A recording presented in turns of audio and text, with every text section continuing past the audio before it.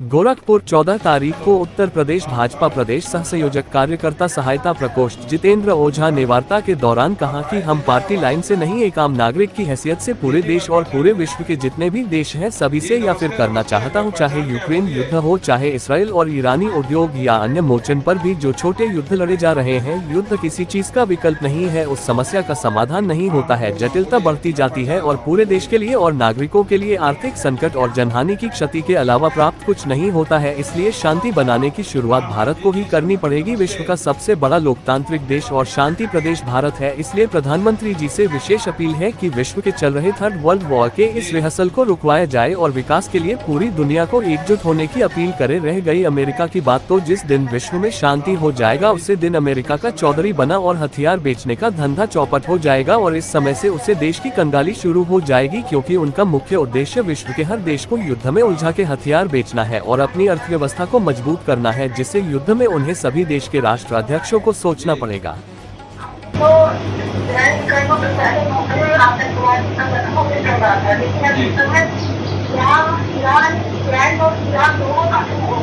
जी जी हमारे यहाँ से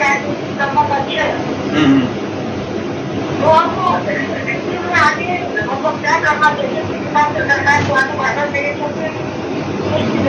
ईरान के साथ हमारे व्यापारिक संबंध है और कई चीजें हैं। जी जी जी और इसराइल जो है, इसराइल हमारा बहुत ज्यादा सहयोग किया, खास करके जो पहले हमारा पाकिस्तान के साथ हुआ है। जी जी जी टेक्निकल सहयोग है इजराइल से। जी चीजों के परिप्रेक्ष्य में आप किस प्रकार सोचते हैं कि कैसे करना चाहिए? देखिए, पहली बात तो यह अंतर्राष्ट्रीय मामला है और पार्टी गाइडलाइन से नहीं, मैं अलग से इसमें बयान दे सकता हूँ, ठीक है, क्योंकि पार्टी का तो एक व्हिप होता है, उस हिसाब से आदमी बोलता है, लेकिन मैं पार्टी और हर गाइडलाइन सेट के एक आम नागरिक की हैसियत से वार्ता आपसे कर रहा हूँ। ठीक, इस अंतर्राष्ट्रीय मुद्दे का समाधान जो है युद्ध नहीं है, ठीक है, जो आज उथल पुथल मचा हुआ है, पूरे दुनिया की इकोनॉमी फेल हो जाएगी, ठीक है, जो स्थिति है। भारत सरकार इस पे तटस्थ रहे तो ही बेहतर है, हमें शामिल होने की आवश्यकता नहीं है, ठीक।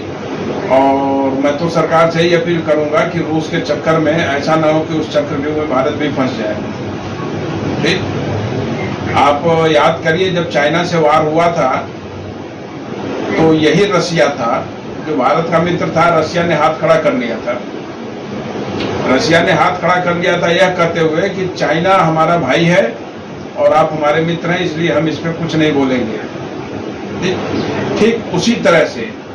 आज इंडियन गवर्नमेंट को भी पैमाना तय करना होगा, ठीक है, और तटस्थ भूमिका निभानी होगी, इसमें एकदम साइलेंट होकर देखना होगा, ठीक है, और पहल करके समझाना होगा हर बिंदुओं पे दोनों लोगों को, उभय पक्ष को, चाहे वो इजराइल और ईरान का युद्ध हो, चाहे रूस या यूक्रेन का युद्ध हो,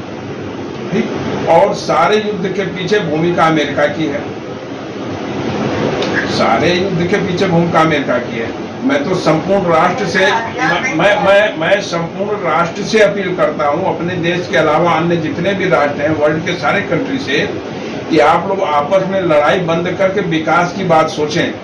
और जिस दिन युद्ध बंद हो जाएगा, विकास की बात शुरू हो जाएगी, उस दिन अमेरिका की दादागिरी चौधराहट खत्म हो जाएगी और अमेरिका दाने दाने का मोहताज हो जाएगा।